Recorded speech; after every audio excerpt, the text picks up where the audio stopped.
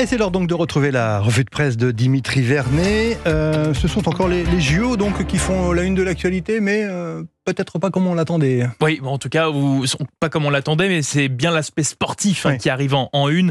Nos 3 nouvelles médailles françaises obtenues hier, ainsi que les performances des sports co, volley et basket. Team solide, titre l'équipe.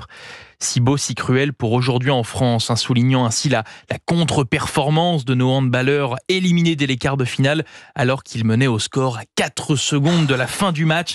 Une terrible dernière danse pour Nicolas Karabatic. Une deuxième semaine olympique, donc moins fructueuse pour nos Bleus, pas vraiment portée par l'athlé. L'équipe par ailleurs mentionne un 0 pointé, un 0 sur 3 en tout cas.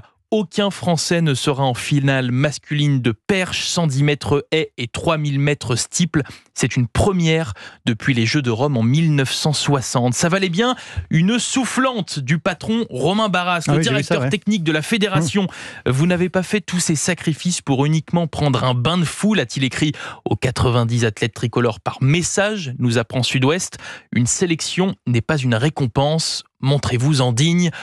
Ambiance dans cette fédé en totale perte de vitesse depuis quelques années. Alors, certes, les résultats sont moins bons cette semaine, mais l'ambiance, elle est toujours en forme olympique. Oui, la ferveur populaire est toujours là, à tel point que certains Parisiens qui ont fui la capitale regrettent leur choix. C'est un article que vous retrouvez dans le Figaro ce matin, un article rempli de témoignages de ces déserteurs torturés comme Bob. À chaque image, chaque récit, je m'en mords les doigts, ou encore Adam. Imaginez que tous vos amis sont invités à un anniversaire sauf vous, et que vous sentez et que vous les voyez s'amuser pendant que vous êtes dans votre lit. J'ai l'impression de manquer un truc. Tous, en fait, ont le sentiment de passer à côté de quelque chose. Cet événement qui anime la France entière. Le Figaro, toujours, nous fait savoir que les Français ont massivement lâché leur téléphone pendant le 400 mètres 4 nages de Léon Marchand, faisant chuter le trafic Internet de 17%. Oui, l'Hexagone vibre dans toutes les villes accueillant les épreuves. Lille, Marseille, Lyon, Saint-Étienne, comme nous le relatent les Échos, ainsi que Bormes-les-Mimosas. Vous voulez parler du fort de Brégançon? Oui, là où les Macron jettent l'encre, écrit Paris Match. Le magazine affiche des clichés du couple présidentiel sur un bateau, en tenue de bain, téléphone portable en main. Pas question pour le président de laisser tomber dans l'eau les JO et la politique. Paris Match nous fait savoir qu'Emmanuel Macron avance sur la nomination d'un Premier ministre et s'est donné jusqu'à la mi-août pour dévoiler un nom. Fait savoir le journaliste Florian Tardif. Il lui faut trouver un oiseau rare, analyse un proche du président. Quelqu'un qui n'a pas d'ambition personnelle, en fin de carrière, est capable de casser le clivage actuel entre les 3 blocs. Bref, pas Lucie Castet, en somme, la candidate du NFP pour Matignon qui dévoile par ailleurs son homosexualité dans le match en kiosque ce jour. Paris Match qui affiche également en une les Jeux Olympiques. La France éblouit le monde, titre le magazine. Oui, enfin, sauf la Grèce.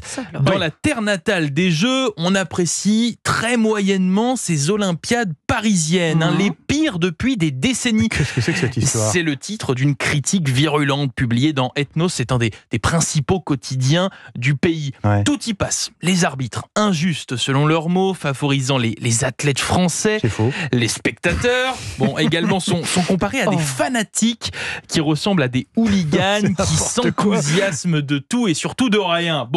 Et ce qui paraît le plus agacer les Grecs reste toutefois la Tour Eiffel qui serait, selon Ethnos, beaucoup trop présente. Je cite, Athènes possédait une acropole et des vestiges antiques d'une civilisation brillante, mais en 2004, cela n'a pas bien été accueilli par les téléspectateurs, grince finalement le quotidien. Une médaille d'or de la jalousie qui nous fait bien prendre conscience de la réussite de nos Jeux. Ce serait pas un petit peu envahi par le SUM? C'est ça. C'est peut-être parce qu'ils n'ont pas beaucoup de médailles. Il y avait le SUM belge, il y a donc le SUM grec. En tout cas, ce matin. C'est ce qu'il faut déduire de cet article. Exactement. Merci Dimitri Vernet. Tout à l'heure, c'était votre revue de presse. On vous retrouve après le journal de 8h30.